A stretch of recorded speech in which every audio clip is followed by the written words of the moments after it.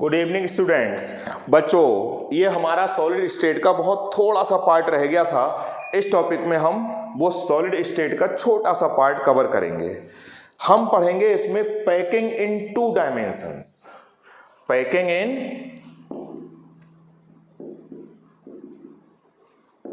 2D, 2 dimension में packing. 2 type की packing हमको पढ़नी है, 2D and 3D। 2D packing का मतलब है हमने स्फीयर्स लिए और फ्लोर पे ऐसे करके रख दिए और एक ही लेयर बनाई, लेयर के ऊपर लेयर नहीं बनाई। हमने स्फीयर्स लिए, उनको फर्श पे रख दिया बिल्कुल पास पास। तो ये एक्स एक्सिस हुई और ये वाई एक्सिस। सिर्फ 2 ही डायमेंशन में मूव कर रहा है वो सॉलिड। अगर आप एक लेयर के ऊपर दूसरी लेयर कर दोगे तो ये जेड एक्सिस भी स्टार्ट हो जाएगी, ये एक्स, ये वाई और ऊपर जेड। जब लेयर के ऊपर लेयर आती हैं तो वो 3 डायमेंशनल पैकिंग होती है, और जब एक ही लेयर होती है तो वो होती है 2 डायमेंशनल पैकिंग। पहली है इसमें स्क्वायर क्लोज पैकिंग। 2D में 2 पैकिंग हमको पढ़नी है और दूसरी पढ़नी है हेक्सागोनल क्लोज पैकिंग। 2 पैकिंग पढ़नी है, एक स्क्वायर क्लोज पैकिंग और एक हेक्सागोनल क्लोज पैकिंग। सॉरी, ये हमको बच्चों हमारी मर्जी होती है कि हम स्फीयर्स को कैसे अरेंज करें। हमने इस केस में स्फीयर्स को ऐसे अरेंज करा कि एक ये रो बना दी, सेकेंड रो जस्ट इसके नीचे, यानी इनके जो सेंटर्स हैं वो जस्ट एक दूसरे के वर्टिकली बिलो हैं। इस टाइप से बिल्कुल एक वर्टिकल कॉलम बना और एक हॉरिजॉन्टल रो बनी जब आप इनके सेंटर्स आपस में मिलाओगे। ये है स्क्वायर क्लोज पैकिंग। अब आप अगर इनके सेंटर्स मिलाओगे किन्हीं भी 4 स्फीयर्स के तो एक स्क्वायर बन जाएगा। स्क्वायर बना इसलिए इसको नाम दिया गया स्क्वायर क्लोज पैकिंग।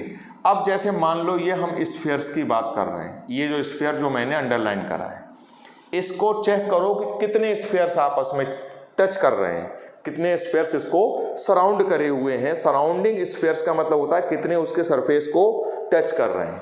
आप देखोगे एक ये टच कर रहा है, एक ये वाला स्फीयर भी यहाँ पे टच कर रहा है, एक ये वाला स्फीयर टच कर रहा है और एक ये।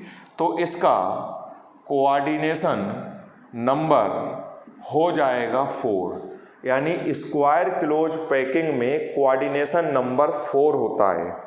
और पैकिंग एफिशिएंसी, कितना स्पेस पैक हो जाता है, वो निकल के आता है 52.4%। तो हमको ये याद रखना है। This is square closed packing if spheres are arranged in such a way that second row spheres are just below the first row spheres. इनके सेंटर्स जस्ट उसके नीचे हैं, नेक्स्ट वाली का इसके नीचे, नेक्स्ट वाली का इसके नीचे, बिल्कुल एक वर्टिकल कॉलम और एक हॉरिजॉन्टल रो बन के आएगी। अब हेक्सागोनल क्लोज्ड पैकिंग में पहले तो आप एक रो बना दो। यहाँ पर बच्चों जो सेकेंड रो के जो स्फीयर्स आएंगे वो जस्ट इस स्फीयर के नीचे नहीं आएंगे, इन दोनों के बीच में जो डिप्रेशन है इसके बीच में आएंगे, ऐसे करके। ये पैकिंग आपको दिखने से भी लग रही होगी बच्चों, यहाँ पर स्फीयर्स ज़्यादा क्लोजली पैक्ड है, ज़्यादा क्लोजली पैक्ड है। यहाँ पे एम्प्टी स्पेस कम है। देखो यहाँ पे एम्प्टी स्पेस तो ये आ रहा था और यहाँ पे एम्प्टी स्पेस ये बहुत थोड़ा सा आ रहा है। This is known as hexagonal closed packing, क्योंकि इनके अगर आप सेंटर्स मिलाते हैं तो आपको हेक्सागन मिलेगा। अब ये जो स्फीयर है इसको कितने स्फीयर्स टच कर रहे हैं, 1 2 3 4 5 6। तो यहाँ पर कोऑर्डिनेशन नंबर आता है 6। ये हमको दिख रहा है कि इसके रेस्पेक्ट में ये क्लोजली पैक्ड है तो इसकी पैकिंग एफिशिएंसी ज़्यादा होगी। पैकिंग एफिशिएंसी इसकी होती है 60.4%।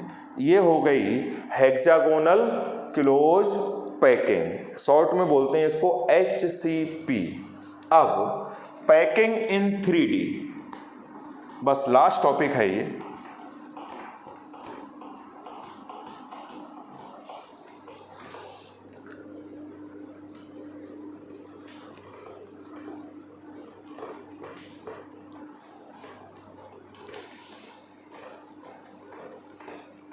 ये देखो बच्चों, packing in 3 dimensional hexagonal close packing HCP। Next है क्यूबिक क्लोज पैकिंग CCP।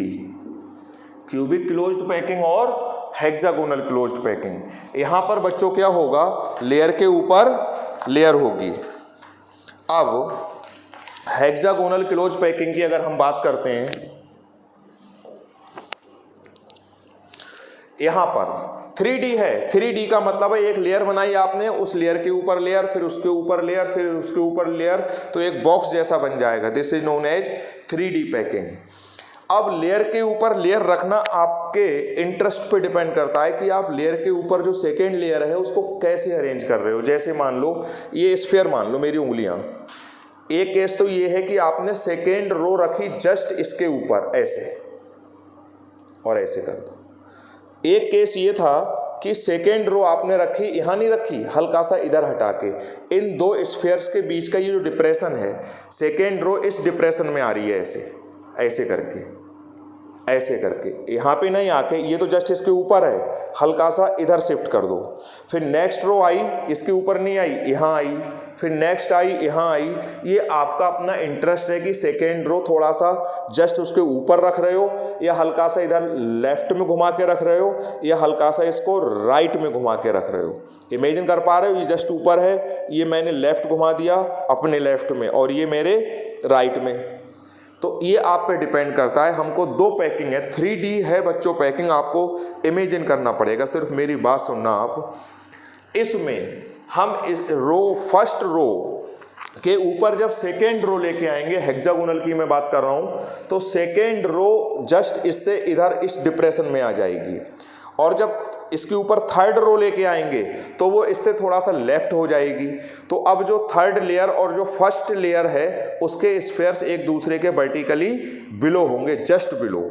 फिर बता रहा हूं मैं, फर्स्ट रो ये आई, सेकेंड रो हल्की सी इधर हट गई, और थर्ड रो हल्की सी इधर हटा के हमने रखी, तो थर्ड और फर्स्ट एक दूसरे के बिल्कुल वर्टिकली बिलो होंगी। यानी थर्ड और फर्स्ट रो के स्फीयर जस्ट एक दूसरे के नीचे होंगे। इस पैकिंग को हम बोलते हैं AB पैकिंग। क्यों? ये फर्स्ट रो है, ये सेकेंड रो है, और ये थर्ड रो। थर्ड रो देखो फर्स्ट रो से मैच कर रही है। मैं फिर बता रहा हूं, हमने फर्स्ट रो रखी, सेकेंड लेयर के जो स्फीयर्स हैं, फर्स्ट लेयर की ये है, सेकेंड लेयर के स्फीयर हमने हल्का सा इस डिप्रेशन में, जस्ट ऊपर नहीं रखा, इस डिप्रेशन में इधर रख दिया। थर्ड रो के इसके ऊपर नहीं, हल्का सा इधर घुमा दिया, तो थर्ड और फर्स्ट एक दूसरे के नीचे होंगे। देखो थर्ड ए है और फर्स्ट भी ए है। इस टाइप की पैकिंग को बोलते हैं AB पैकिंग। शॉर्ट में लिखा हुआ मिलेगा HCP। या तो तीनों लेटर कैपिटल बनाओ या तीनों स्मॉल बनाओ, कोई फर्क नहीं पड़ता है। हेक्सागोनल क्लोज पैकिंग को मैंने आपको जो नोट्स दिए हैं उसमें लिखा हुआ आपको मिलेगा, if second layer, if third layer spheres, if third layer spheres are just above the first layer spheres, then it is called hexagonal closed packing. It is also called AB packing. Packing efficiency इसमें होती है 74%, और coordination number होता है 12। कैसे होता है? एक ही लेयर बनी हुई है, इस लेयर के 6 स्फीयर्स उसको टच कर रहे होंगे।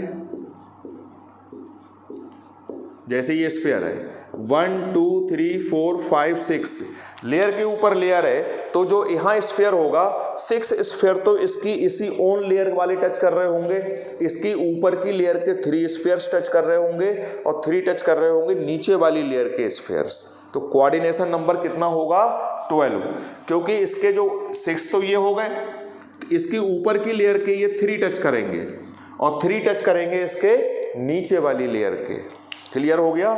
कोऑर्डिनेशन नंबर 12 और 12 भी कैसे 3 स्फीयर्स ऊपर वाली लेयर के टच कर रहे होंगे उस स्फीयर को, और 3 स्फीयर्स नीचे वाली लेयर के 6 हो गए, और 6 स्फीयर्स उसी लेयर के टच कर रहे होंगे उसको। तो जब न्यूमेरिकल करोगे HCP के डेंसिटी के, तो जब भी HCP पैकिंग आएगी तो Z की वैल्यू यहाँ पे लगेगी कितनी 4, यानी इसकी एक यूनिट सेल में कितने स्फीयर्स होते हैं 4। अब यहाँ पे आओ क्यूबिक क्लोज्ड पैकिंग, इसको बोलते हैं ABC packing. First second third fourth layer match कर गई फर्स्ट लेयर से, यानी स्फीयर्स ऐसे अरेंज करे गए हैं, ऊपर की लेयर थोड़ी बहुत इधर लेफ्ट राइट हटा के, कि जो फोर्थ लेयर है वो फर्स्ट लेयर के जस्ट वर्टिकली अबव है। If layers are arranged in such a way, यहाँ पे स्फीयर्स अरेंज नहीं हो रहे हैं, लेयर्स अरेंज हो रही हैं। 2D में स्फीयर्स अरेंज हो रहे थे। If layers are arranged in such a way that fourth layer spheres are just above the first layer sphere, then it is called CCP, cubic closed packing. यहाँ पर packing efficiency इसकी भी 74% होगी। Coordination number 12 होगा। इस 12 को कैसे define करोगे? 6 उसी लेयर के, 3 उसकी ऊपर वाली लेयर के और 3 उसकी नीचे वाली लेयर के, और इसकी एक यूनिट सेल जो बनके आती है वो फेस सेंटर टाइप की होगी, और उसमें कितने पार्टिकल्स होंगे 4। तो जब आप डेंसिटी का न्यूमेरिकल करोगे और उसमें किसी भी एलिमेंट या कंपाउंड की जो पैकिंग है वो CCP आएगी, तो डेंसिटी के न्यूमेरिकल में Z की वैल्यू रखोगे 4 और यहाँ पे Z की वैल्यू भी रखोगे 4। दोनों केसेस में पैकिंग एफिशिएंसी इक्वल है, कोऑर्डिनेशन नंबर इक्वल है और Z की वैल्यू भी इक्वल है। ये था हमारा पैकिंग इन 3D। अब एक छोटा सा टॉपिक है बच्चों, effect of temperature on coordination number.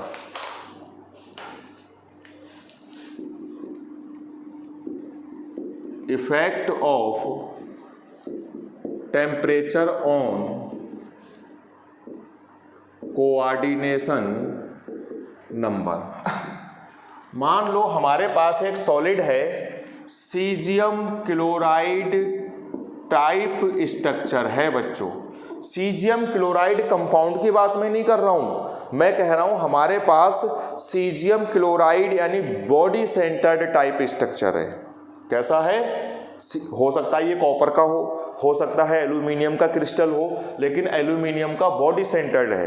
Body centred में कोऑर्डिनेशन नंबर 8 होता है, क्योंकि BCC में पार्टिकल्स प्रेजेंट होते हैं each corner as well as centre of the body. इस कमरे के सेंटर पे जो स्फीयर होगा, इसको 8 स्फीयर से टच कर रहे होंगे। 4 तो ये ऊपर वाले और 4 ये नीचे वाले, तो कोऑर्डिनेशन नंबर हो गया 8। इसका भी 8 होगा, इसका भी 8 होगा, क्योंकि दोनों का रेशियो सेम है। जब रेशियो सेम होता है तो कोऑर्डिनेशन नंबर भी सेम होता है। इसको हमने हाई टेम्परेचर लगाया, अलग अलग कंपाउंडों के लिए ये हाई टेम्परेचर अलग अलग होगा, तो ये बन जाएगा NaCl टाइप स्ट्रक्चर, यानी कोऑर्डिनेशन नंबर हो जाएगा 6। सोडियम का भी 6 है, क्लोराइड का भी 6 है। अब आप अपने दिमाग में ये नहीं सोचना है बच्चों कि जब सीजियम क्लोराइड को हाई टेम्परेचर पे हीट करेंगे तो वो सोडियम क्लोराइड में कन्वर्ट हो जाएगा। ऐसा तो कभी इस दुनिया में पॉसिबल है ही नहीं। सीजियम कभी सोडियम में कन्वर्ट नहीं होगा। कहने का मतलब है, मान लो ये कॉपर का क्रिस्टल है, सपोज कर लो, कैसा था? Body centred. उसको बहुत हाई टेम्परेचर पे जब हीट करोगे तो वो बॉडी सेंटर्ड कन्वर्ट होके फेस सेंटर्ड में आ जाएगा। यानी पहले कोऑर्डिनेशन नंबर था 8, अब कोऑर्डिनेशन नंबर हो गया 6। समझ में आ गया? तो जब ये है BCC बॉडी सेंटर्ड और ये कैसा बन गया FCC, कहने का मतलब है गर्म करने पर कोऑर्डिनेशन नंबर कम हो गया। मैं फिर बता रहा हूँ, ये मत सोच लेना कि बच्चों सीजियम क्लोराइड सोडियम क्लोराइड में कन्वर्ट हो गया। सीजियम क्लोराइड टाइप स्ट्रक्चर था, यानी बॉडी सेंटर्ड, हाई टेम्परेचर पे हीट करा। वो हाई टेम्परेचर हर किसी के लिए अलग अलग होगा, 700, 1000, 1200 डिग्री सेल्सियस, इस टाइप से। तो वो NaCl टाइप यानी फेस सेंटर्ड में रहा। वो अगर ये कॉपर था तो ये भी कॉपर है। यहाँ पे कॉपर का अरेंजमेंट है BCC और यहाँ पर है FCC। कहने का मतलब coordination number inversely proportional to temperature. Temperature बढ़ाओगे तो कोऑर्डिनेशन नंबर कम होगा। Coordination number is inversely proportional to temperature. ये था। नेक्स्ट है इफेक्ट ऑफ प्रेशर। अगर हमारे पास NaCl टाइप स्ट्रक्चर था यानी FCC, हाई प्रेशर जब उस पर अप्लाई करेंगे, हाई प्रेशर अलग अलग होगा हर कंपाउंड के लिए, तो वो कन्वर्ट हो जाएगा सीजियम क्लोराइड टाइप स्ट्रक्चर में यानी BCC स्ट्रक्चर में। कहने का मतलब है, मान लो ये जिंक का सॉलिड था, कैसा FCC, हाई प्रेशर अप्लाई करोगे तो वो FCC कन्वर्ट हो जाएगा BCC में, यानी कोऑर्डिनेशन नंबर पहले था 6, बाद में हो गया 8। प्रेशर बढ़ाया तो कोऑर्डिनेशन नंबर बढ़ा। कहने का मतलब है coordination number is directly proportional to pressure. ये था हमारा effect of temperature and pressure on coordination number.